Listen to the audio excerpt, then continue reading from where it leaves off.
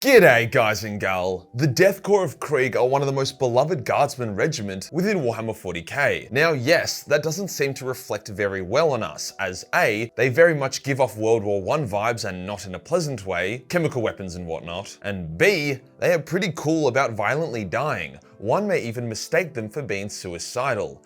But they are cool as hell, and that trumps all else. But with them not really having unique characters, their specific key moments and exploits can be difficult to recall. So I thought, why not shine a spotlight on some of their best moments to figure out why they are so goddamn iconic. Before we get started, another day, another major mini launch. This time we have the Napoleonic Warlord of Death, a stunning centerpiece in your army to lead your Wehrmacht cosplaying mattresses straight into enemy gun lines. If it looks familiar, then it is because it is inspired by the classic Napoleonic artwork, and I think it suits beautifully. Model has been scaled appropriately and already comes mostly assembled, so all you really need to do is remove the supports and it's ready to paint. International shipping comes to only $10. We collect VAT at checkout for our European customers, so no customs bullshit, and if you spend over $70, shipping is free. If you can't tell, I'm really trying to make this easy for everyone. Link to the Major Minis website and dozens of other models produced by me is below. Today we'll go over the best Death Korps of Krieg moments from the lore, to give these boys and girls the love they deserve. Let's get into it.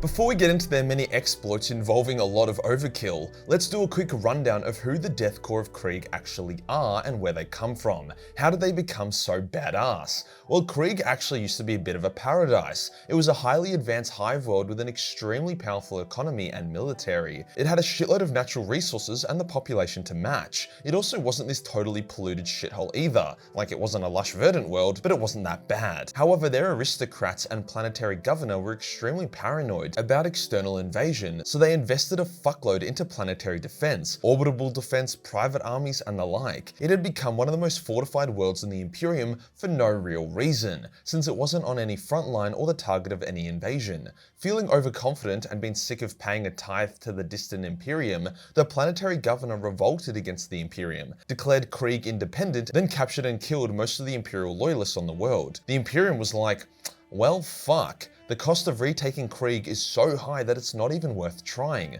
So instead of sending a fleet or the Astartes, the Imperium told Colonel Jurten, the commander of the few surviving loyalists on Krieg, that he had complete and total authority to wipe out the traitors at any cost. Jurten was like, sure thing, buddy boy, and using a secret stash of nukes, bathed the entire world in atomic fire, killing most of its population.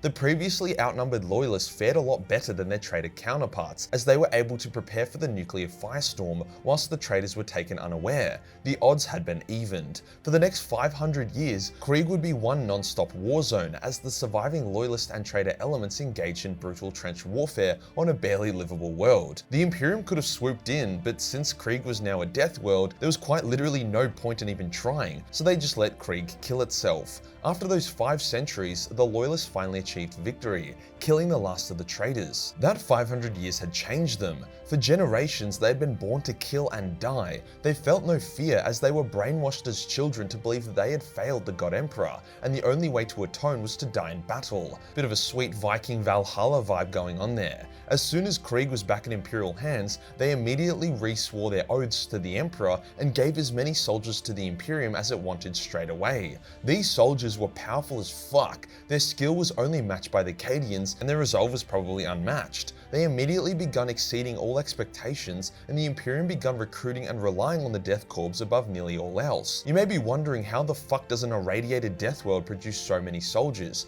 After all, they literally crank out more soldiers than most hive worlds. Well, that's because Krieg uses a highly controversial and actually somewhat banned technology called the Vita wombs, artificial wombs. Deep in the bunkers of Krieg, they basically just churn out soldiers like fucking robots. It's not exactly confirmed if the soldiers of Krieg are all clones or are just randomly spliced together from existing stable donors, but it doesn't really matter. They all look the same with the gas masks. They are often very young when they're deployed to battle, with their gear hiding their true age. So now we got their vibe and their pretty fucking gnarly origins. What are some of their best, most badass or coolest moments? Well, I'd be a disgusting piece of shit if we didn't start this off with the Siege of Rax. Long story short, Chaos was able to create the most fuck-off fortified city imaginable, and a lot of shit went down. The Imperium knew no other guardsman regiment would be able to withstand the brutal onslaught of Rax, so they sent millions of Krieg's men and women. For 17 years, this siege raged, as time after time the Death Korps charged gun lines with nothing but bayonets and a can-do attitude. It's theorized that many of the Death Korps' charges failed due to the size of their balls weighing them down. As Rax went on and it got more and more fucked, Chaos Marines, demons, fairies, all that messed up shit, yet the Death Korps took it in their stride and pushed on. After losing 14 million soldiers, Rax was taken and the heretics purged. Necrons are pretty bloody difficult to deal with. Nearly all engagements against the Necrons ends with either the Necrons having a decisive victory, the Necrons having a close victory, or Space Marines having to make big sacrifices to beat the Necrons. But against the Death Korps, the Necrons are just another Tuesday. The Orphean War didn't start so hot. The Orpheus sector got sodomized by Chrome boners known as the Maynek dynasty. Within 100 days, half of the sector had been clapped. The Imperial commanders were able to get their hands on a few regiments of Death Korps and threw them into the meat grinder. To their absolute astonishment, the Kriegsmen were the only Imperial combatants that were not only able to repel the Necron attacks, but successfully counterattack and destroy the Necron's primary base on one of the embattled worlds. This is because Necrons really rely on breaking enemy morale to win. If you know that there is a 90% chance that your atoms will get flayed apart by agonizing Gauss beams, you probably aren't going to bayonet charge towards them. Kriegsmen have no such issue and are happy to give it a whirl. Despite this, the sector had to be abandoned, as if only a small fraction of your army is achieving success, then it's not really a winnable war. The Krieg's regiments did end up preventing the Necrons from spilling out into other sectors, so overall a great showing. This next moment is a bit of a meme and serves to remind us that grim darkness can be quite hilarious and overkill. In order to maintain control of their empire, the Imperium makes vicious examples of traitors. No example highlights this more than when the Highvold of Durondis withheld their taxes and told the Imperium to eat a bag of dicks. In response, the Death Korps of Krieg surrounded the primary Hive city with artillery and begun bombarding it. Anyone who tried to leave the city was shot, as day in and day out shells rained down. After 5 years of non-stop shelling, the rebels offered their unconditional surrender.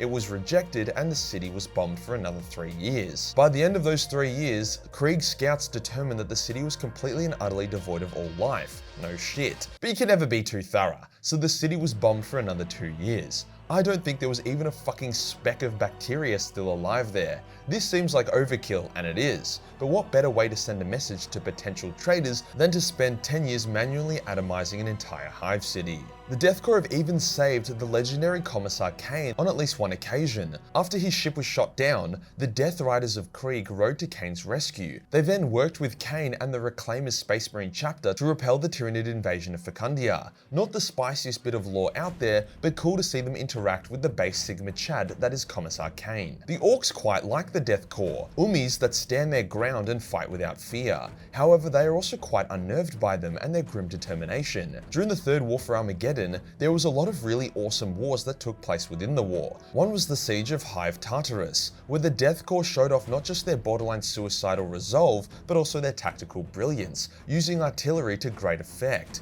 After repelling an Orc attack, the Kriegsmen used their signature shelling to pin the Orcs down, as they then bayonet charged in and carved up some mushroom stew. They didn't care about getting ripped in half or crushed by Orc girth, no.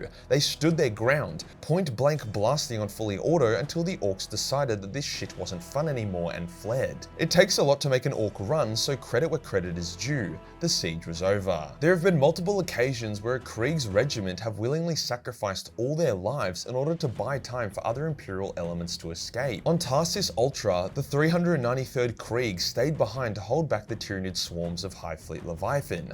On Dusk, 4 Krieg regiments charged through and purged a Nurglite mutant army. After winning the battle, the few survivors then went straight into new and bloody war zones. Armageddon still stands, in a huge part thanks to the blood of the men and women of Krieg. But they aren't these suicidal depresso expressos. They are just so fucking brave and relentless that they value victory above all else. They are also incredibly selfless, being the ones to constantly volunteer for suicidal missions in order to spare other more human guardsmen. They are immune to the temptations of chaos, hence can be used used in those more wacky war zones. Are they all fucked in the head? Sure. After all, they are really proud of the fact that their ancestors were the ones to nuke the tits out of Krieg. But this is Warhammer 40k. If you aren't fucked in the head, then there is something wrong with you. The Imperium finds the Death Korps of Krieg so valuable that they let them use tech heresy to produce their armies, and they declare anyone who tries to fuck with the recruitment and production of Krieg warriors as traitorous extremists, thus stopping some of the more Puritan Inquisitors or boring tech priests from interfering. Oh yeah, and they ride genetically modified horses with gas masks. The horses have reinforced bones, lungs, muscles, and inbuilt drug systems so that during a Death Rider charge, the horses feel absolutely no pain or fear, making them a near equivalent of a fucking tank. Did I mention that Kriegsmen will often put grenades on the tips of their spears to create boomsticks? If that hasn't convinced you of how awesome these dudes and dudettes are, then I don't know what will. The cherry on top, most Krieg guardsmen haven't even seen their 18th birthday. If you enjoyed the video and you want to support the channel, then pick up the Napoleonic Warlord of Death, the latest and greatest Major Mini. Hit the subscribe button and hit the real subscribe button for more suicidal content. Join the Discord for more memes and I'll see you in the next one. Peace.